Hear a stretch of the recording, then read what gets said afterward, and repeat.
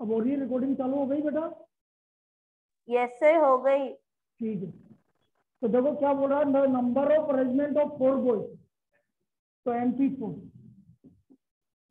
Is equal to 12 times the number of arrangement of NP2।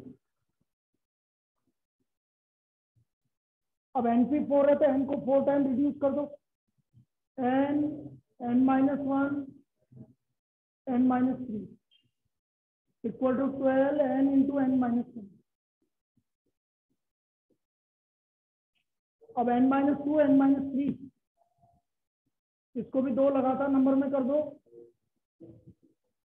तो n-2 किसके equal है, तो n का वैल्यू कितना हो गया 6। तो the value of n equal to 6। तो ये था हमारा क्वेश्चन नंबर 11। 11 से पहले और कोई doubt? 10 the number of numbers line between 10 and 1000। बेटा 2 डिजिट नंबर भी बनाना पड़ेगा, 3 डिजिट नंबर भी बनाना पड़ेगा। क्वेश्चन नंबर 10, क्या क्या नंबर है? 2 3 नंबर क्या क्या है?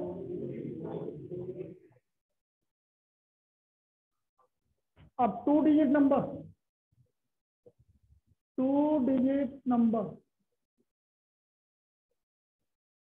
5 5। कोई दिक्कत है इसमें? 3 डिजिट नंबर 5 5 4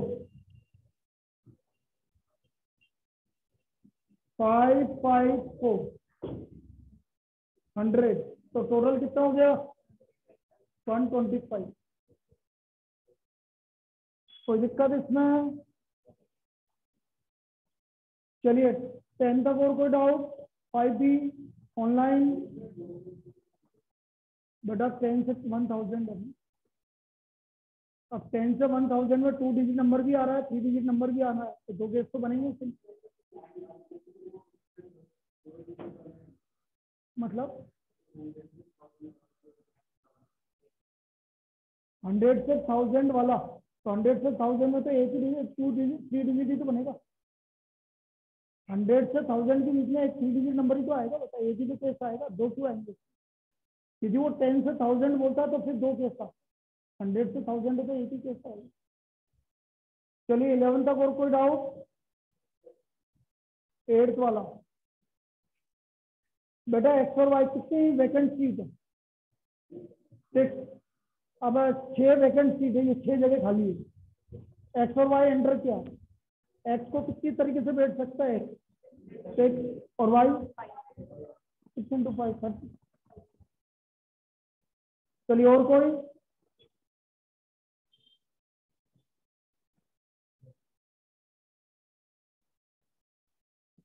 सर 19। हाँ अभी आ जाए बेटा, अभी तो 10 तक ही हुआ। अब 11 से 20 तक बोलो। 13 क्लास में बताया था बेटा, भूल गए क्या? भाई आपसे बोला है 9 डिजिट नंबर बना रहा है फिर डिस्टिंक्ट डिजिट। तो देखो अगर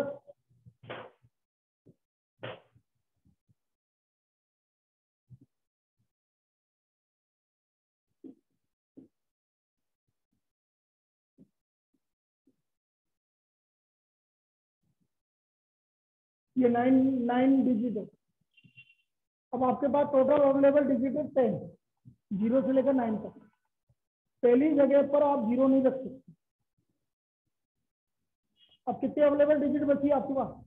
9। फिर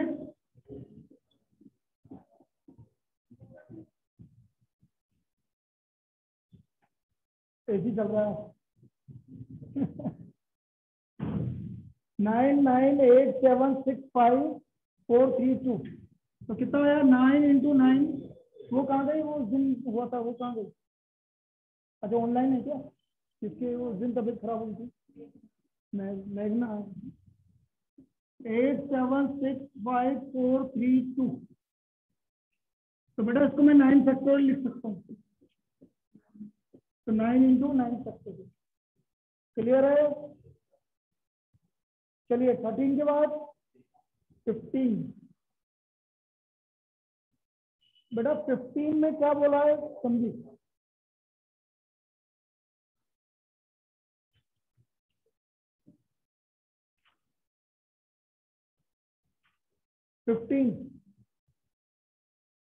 ए विल स्टिक बिफोर बी, मतलब ए हमेशा बी से पहले बोलेगा। इसका मतलब ए पहले बोलेगा और बी बाद में बोलेगा। एक मान लो, चेंज भी नहीं हो सकते क्योंकि ए पहले बोलेगा। तो बाकी कितने बचे? तो 1 और 3, क्योंकि ए पहले बोलेगा बी से, तो ए पहले बोलेगा तो उनको इंटरचेंज भी नहीं कर सकता। तो वो 1 हो गया, बाकी 3 तो हो गए 4। 4 को अरेंज करने के तरीके हो सकते हैं। चलिए इसके बाद 15 के बाद 19। हाँ बेटा डिफरेंट है ना इसलिए, नो ही माइनस, बिल्कुल सही। The number of A 8 sweets. अच्छा भाई इसने बोला है 17 वाले में सबसे बड़ी वाली स्वीट जो है वो सबसे छोटे वाले को जाएगी, सबसे बड़ी वाली सबसे छोटे वाले को जाएगी, तो चली गई। अब बची कितनी स्वीट? 7, और उनको अरेंज करने के तरीके 7 फैक्टर। भाई सबसे बड़ी वाली सबसे छोटे वाले को चली गई, ठीक है। बाकी बची स्वीट 7, तो 7 को 7 तरीके से अरेंज करने के तरीके 7 फैक्टर, तो आंसर 7 फैक्टर। 19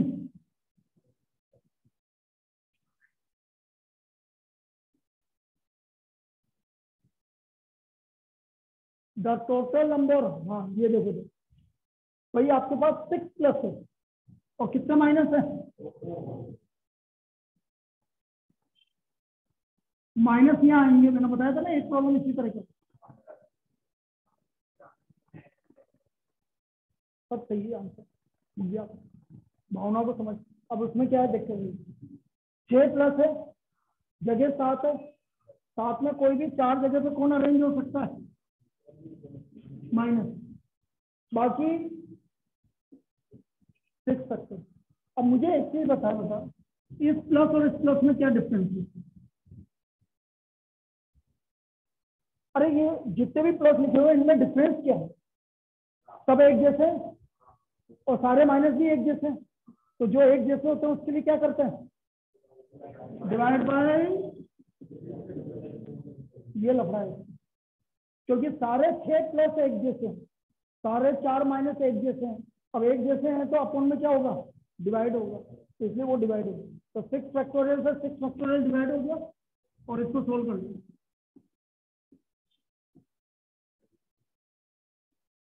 तो आंसर कितना हो गया?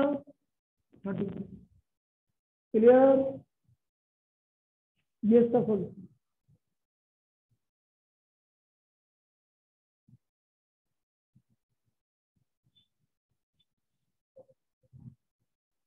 नाइनटीन के बाद बेटा एक्सरसाइज 5B में और कोई doubt? No sir, sir example में है। हाँ एग्जाम्पल के अलावा बोलो, पहले एक्सरसाइज में बोलो। Sir question number 16। कितना बेटा? 15? 16 15 ना? 16 16 बेटा 16 में क्या बोल रहा है वो? 10 ट्रेन जाने के लिए है और वापस आने के लिए उसने बोला डिफरेंट ट्रेन, मतलब जिस ट्रेन से जा रहा है वो उस ट्रेन से वापस नहीं आएगा। तो आने के लिए बेटा सिर्फ 9 ट्रेन होगी, इसलिए आंसर 90 आएगा। आया? बोलो। यस सर, आ गया। ठीक है, चलिए और कोई एक्सरसाइज में डाउट?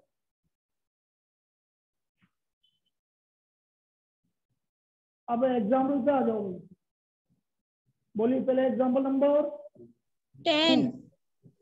नहीं, किसी ने एग्जाम्पल नंबर 2 बोला है, स्पष्ट तो नहीं है ना किसी का डाउट? बेटा 2 क्लास में बताया है ना?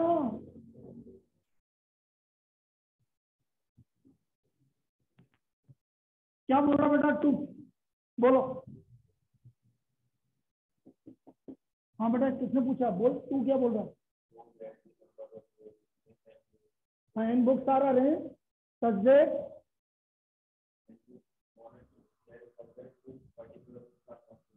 तो बताया तो था n-2 factorial into n-1 factorial into n-2।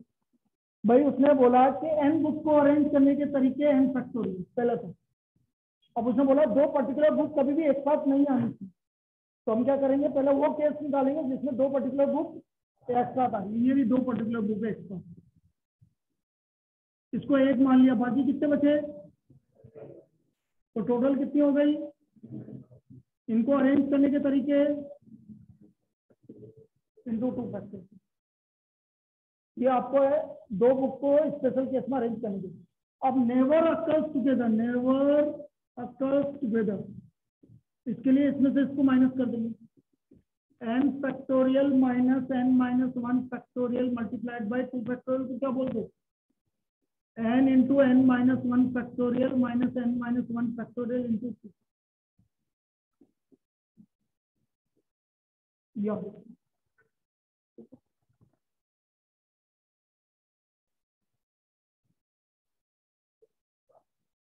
Example 6, उससे पहले कोई डाउट एग्जाम्पल के पहले, 6 से पहले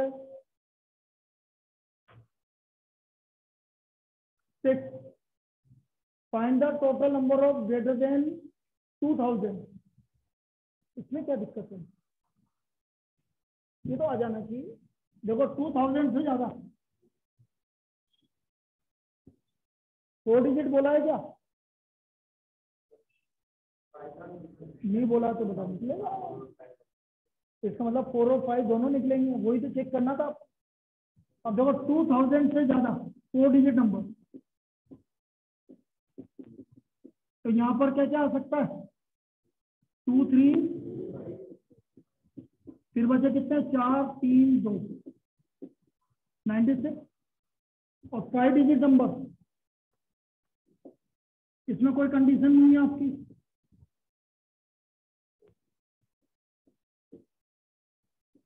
five 4 3 2 1 total 216।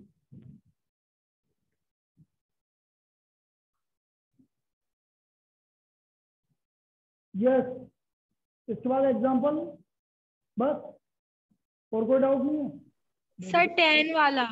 Example 10, 6 boys and 5 girls are seated in a photograph such that no 2 girls sit together। तो बेटा पहले बॉयज को बिठा दो, बताया भी था क्लास में 6 बॉय हैं, तो बॉय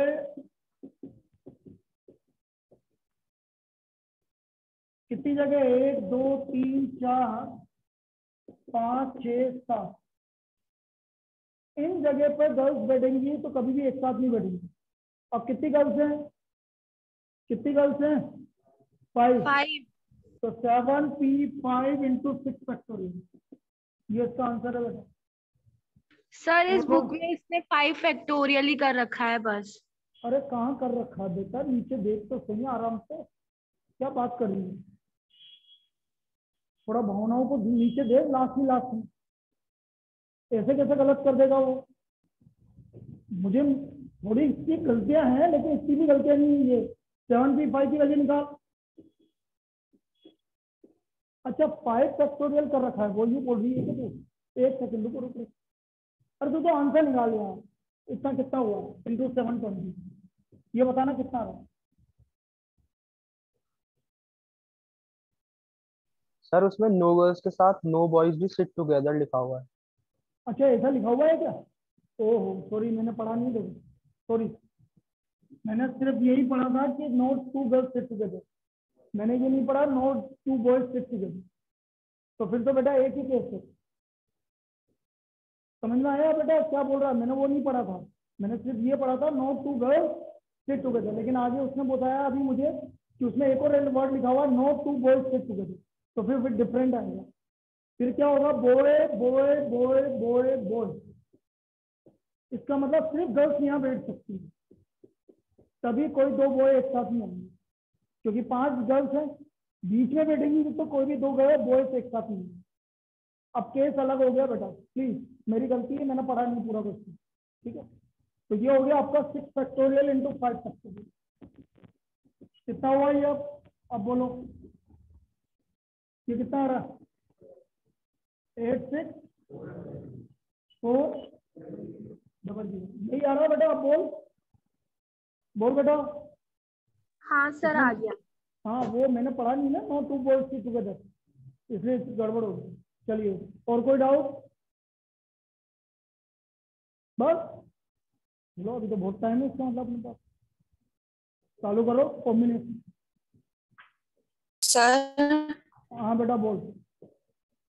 सर आपने कल एक क्वेश्चन कराया था, 6 persons are to be seated at the round table, वो एक बार रिपीट कर दो। कौन सा वाला? वो ABCDE वाला? Yes sir. ठीक है, एक मिनट के लिए रुको रुको रुको। एक प्रॉब्लम की डिमांड आ रही है, वो देखने के लिए। कल मैंने एक लास्ट में प्रॉब्लम करवाया था ABCDE वाला।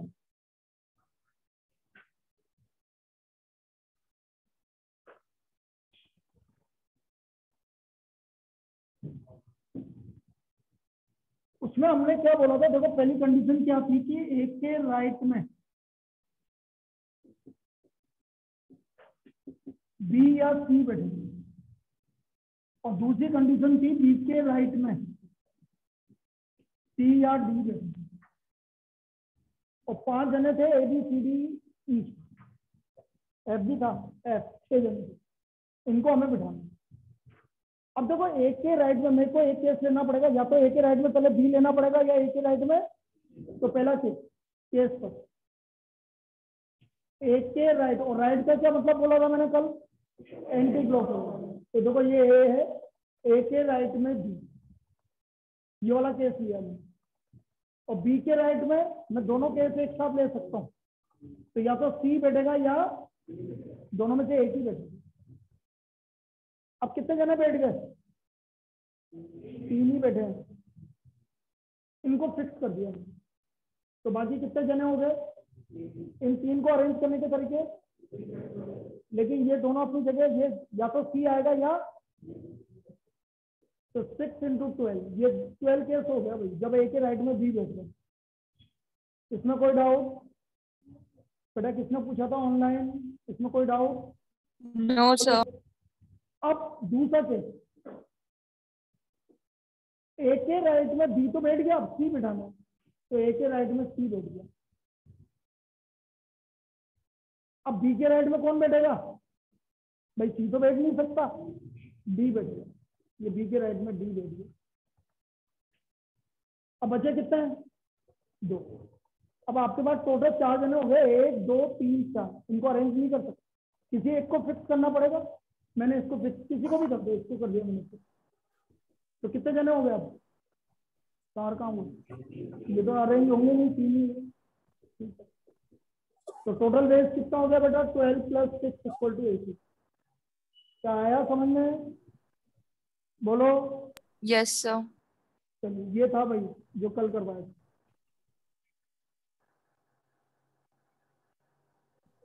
हाँ तो बदली ना, ये भी ना बदल रही, ये क्या है?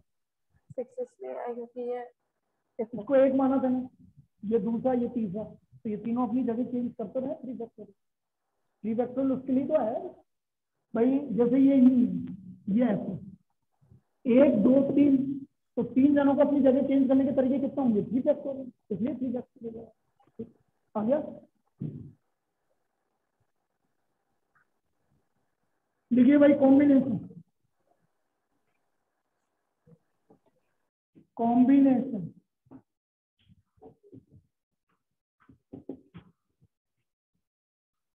selection of things, selection of things is known as combination. Selection of things is known as combination.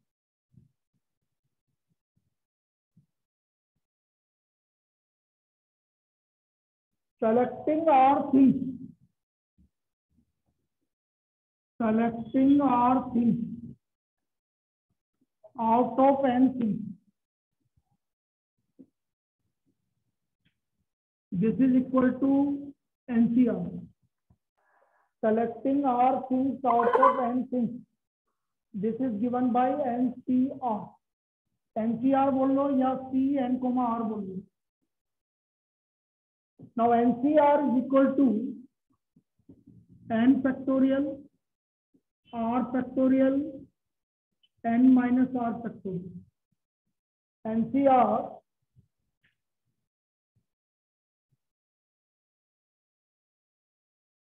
NCR equal to N factorial upon R factorial, N minus R factorial.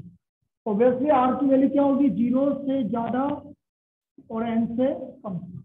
This is NCR.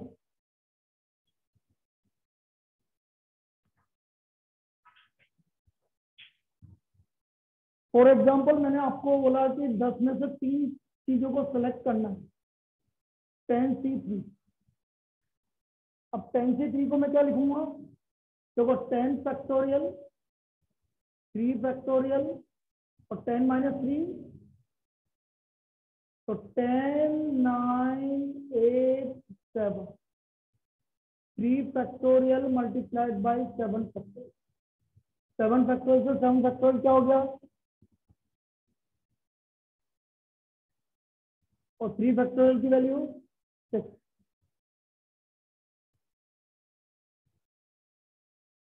कितना आ गया? 120. लेकिन आपको इस तरह से निकालने की जरूरत नहीं है, इसके लिए मैं दूसरा तरीका बता देता हूँ. ये तो भाई जहां पर आपको लग रहा है कि भाई आर आ गया, CR जैसे हो गया भाई 13 CR. अब CR आ गया तो फिर तो करना ही पड़ेगा इस तरह. लेकिन आपका नंबर आ रहा है तो फिर दिक्कत नहीं है. 10C3 तो आपने परम्यूटेशन में क्या करा था? यदि 10C3 आ रहा था तो 10 × 9 × 8. तो यहाँ पर भी ऐसे करो 10 × 9 × 8. अब डिवाइड बाय नीचे क्या रहा है? तो 3 × 2 × 1. डिवाइड में क्या कर देंगे आप? 3 × 2 × 1. ये आपका 10C3 आ जाएगा. निकाल के देख लो, देखो वही आ रहा है. ठीक है. तो this is 120. 10C3 10 × 9 × 8 divide by 3 × 2 × 1. So this will be equal to 10C3.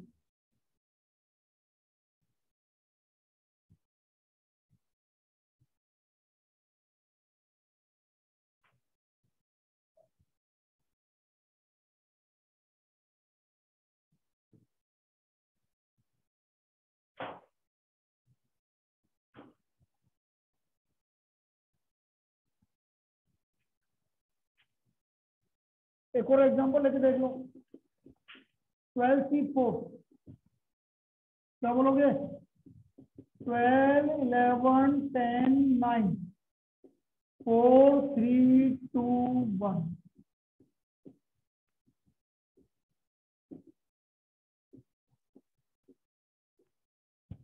$494.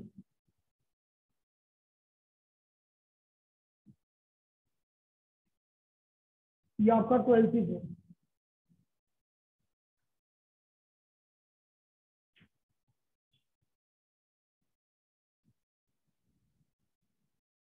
चलिए अब प्रॉपर्टी.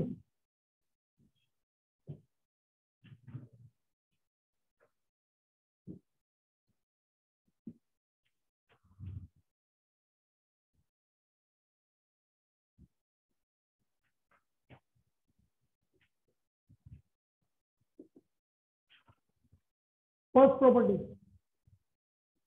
NC0 = 1. यदि मैं n में से एक भी चीज को सेलेक्ट नहीं कर रहा तो भी मेरे पास एक तरीका है. जैसे मैं आपने से किसी को भी सेलेक्ट नहीं कर रहा तो मेरे पास एक तरीका कि भाई मैं नहीं कर रहा. ठीक है. दिस इज 1 वे. तो NC0 हमेशा किसके इक्वल होगा? 1 के इक्वल. सेकेंड NCN, आप में से सबको सेलेक्ट करना है मुझे तो एक तरीका भाई आ जाओ सब. तो NCN = 1.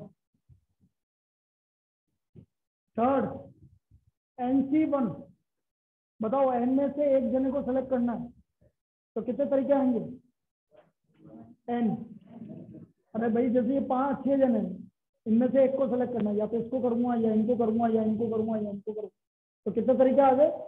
n. तो NC1 = n. तो ये तो तीन तो जनरल चीजें हैं। NC0 की वैल्यू 1, NCN की वैल्यू 1, NC1 की value 1। NPR this is equal to NCR multiplied by R factorial. ये हमारी फोर्थ प्रॉपर्टी। अब इससे प्रॉब्लम बनती है NPR equal to NCR multiplied by R factorial. NPR equal to NCR multiplied by R factorial. जैसे example, if NPR equal to 360 और NCR equal to 60, then find out. तो हमें R की value निकालनी है। तो देखो कैसे आएगी। NPR equal to NCR into R factorial. 360 equal to 60 into R factorial. अब 6 कौन से फैक्टोरियल की इक्वल होता है? 3 फैक्टोरियल। तो मैं 6 को क्या लिखूंगा? 3 फैक्टोरियल। तो R factorial equal to 3 factorial. तो what is the value of R? 3। तो R का वैल्यू हमारा 3 के इक्वल होगा। The value of R is equal to 3।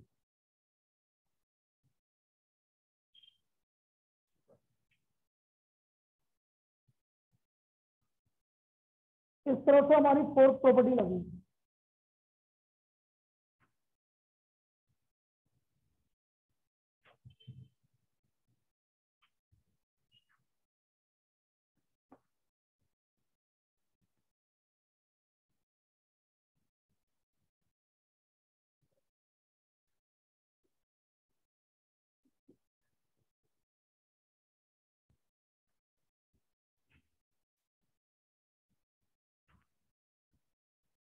Next property,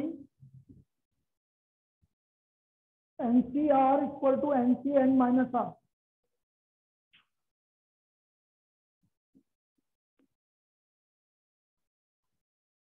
NCR equal to NCN minus R। ये बड़ी अच्छी प्रॉपर्टी है, हर जगह यूज में आती है। पहले मैं इसका एग्जांपल समझा देता हूँ आपको। बड़ा अच्छा सा तरीका है। जैसे अभी यहाँ पर जितने भी सब 20 स्टूडेंट, अब मैंने बोला यार 20 स्टूडेंट में मुझे एक को सेलेक्ट करना है, या 20 में से मुझे 19 को सेलेक्ट करना है। वैसे सुनिए, 20 में से कितने को सेलेक्ट करना है? 19 को। तो या तो मैं बोलूँ कि भाई 1 2 इस तरह से ये 19, फिर ये 19।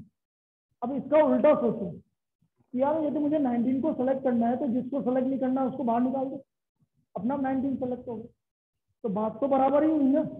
या 20 में से मैं 19 को सेलेक्ट करूं, या 20 में से उस एक जने को सेलेक्ट करूं जिसको सेलेक्ट नहीं करना है, तो बात तो बराबर हुई। तो यहाँ पर ये प्रॉपर्टी यही बोल रही है। क्या बोल रहा है कि जैसे मैंने एग्जांपल लिया है कि मुझे 12 में से 9 जनों को सिलेक्ट करना है, ठीक है। तो मैं इसकी जगह क्या बोल दूं? 12 में से 12 माइनस 9, 12 माइनस 9।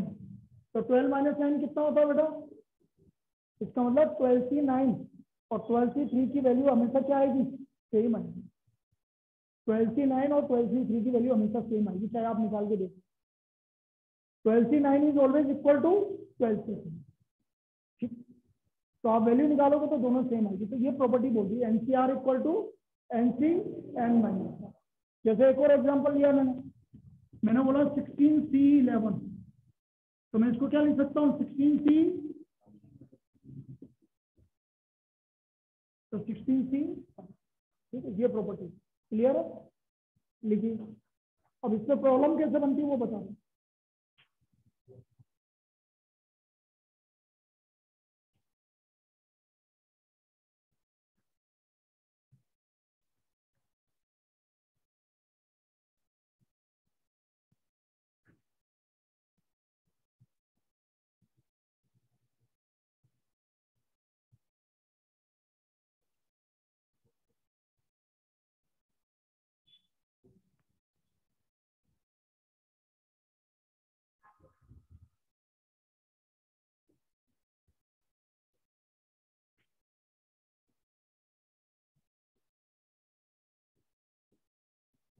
देखो NC2 equal to NC8, find NC2।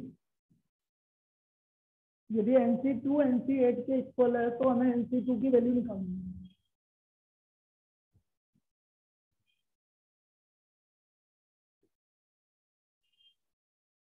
NC2 equal to NC8। अब बेटा मैं NC8 को लिख देता हूँ NC(n-8). अब मैं इन दोनों को इक्वेट कर लेता हूँ। 2 इक्वल टू,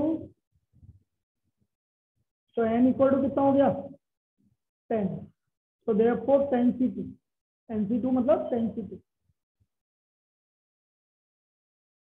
फिर मैं ट्रिक भी बताऊंगा, पहले तो आप मेथड देख लीजिए, इस तरह से करना। तो आपका n का NC2 की वैल्यू कितनी आ गई, 10C2 की वैल्यू 45। तो the value of 10C2 is equal to 45। ये 10C2 की वैल्यू आ गई।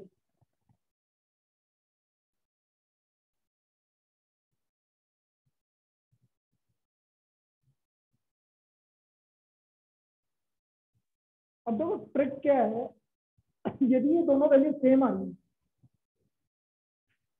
तो इस n की वैल्यू या तो इन दोनों का सम होगा। बोलो इन दोनों का सम करो, आ रही कि नहीं आ रही n की वैल्यू? तो मतलब 99% केस में सम आ जाएगा, या फिर ये दोनों इक्वल होंगे। तो इक्वल तो है ही नहीं, इसका मतलब n की वैल्यू क्या आ रही है 10। अब देखो ना यहाँ पर, बोलो ये कितना है 903। बोलो, तो या तो दोनों का सम आएगा या दोनों इक्वेट होंगे। अब जैसे मैंने एक और एग्जांपल लिया,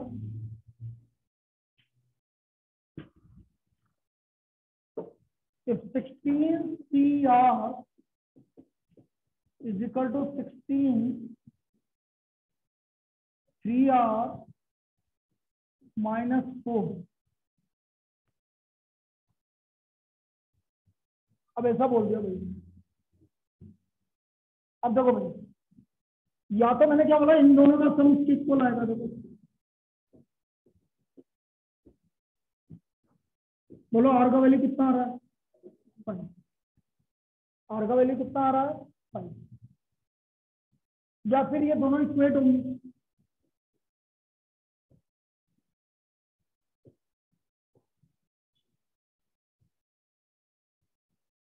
यहाँ पर आर की दो वैल्यू आएगी, या तो आर का वैल्यू 5 होगा तो भी ये सही आ रहा है, और यदि आर का वैल्यू 2 आ रहा है तो भी सही है।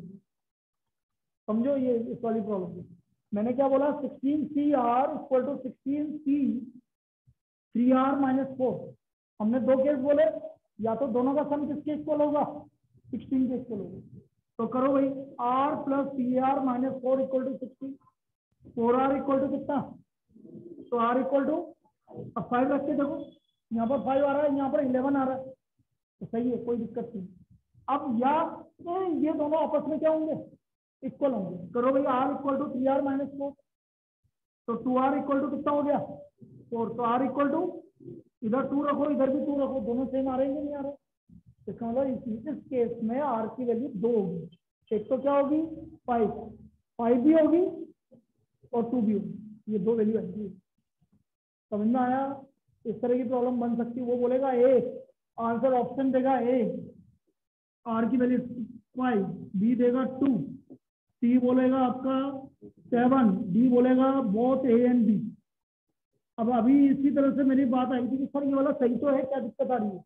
अरे दिक्कत वो नहीं है कि ये सही है, दिक्कत है कि जो चारों ऑप्शन है उसमें कौन सा ज्यादा सही है। ऐसा नहीं कि सर ये सही तो है 5, जैसे तुमने बोला था ना कि सर 5 तो सही तो है। अरे 5 सही है, मुझे पता है, ये भी सही है, तो आपका आंसर कौन सा जाएगा डी। यदि ए और बी में से आप लगा के आएंगे तो आंसर गलत हो जाएगा। तो आंसर क्या आएगा, जो करेक्ट ऑप्शन है, मोस्ट करेक्ट ऑप्शन। तो मोस्ट करेक्ट कौन सा है, डी, इसलिए आंसर डी है, इसका आंसर डी। ठीक है, लिख लीजिए।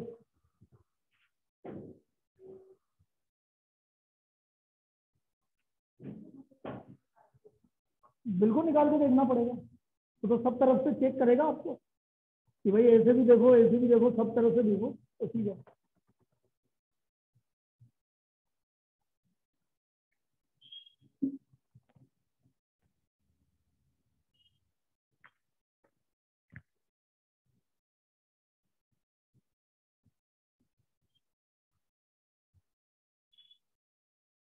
बेटा दोबारा कनेक्ट कर लेना, दोबारा कनेक्ट कर लो।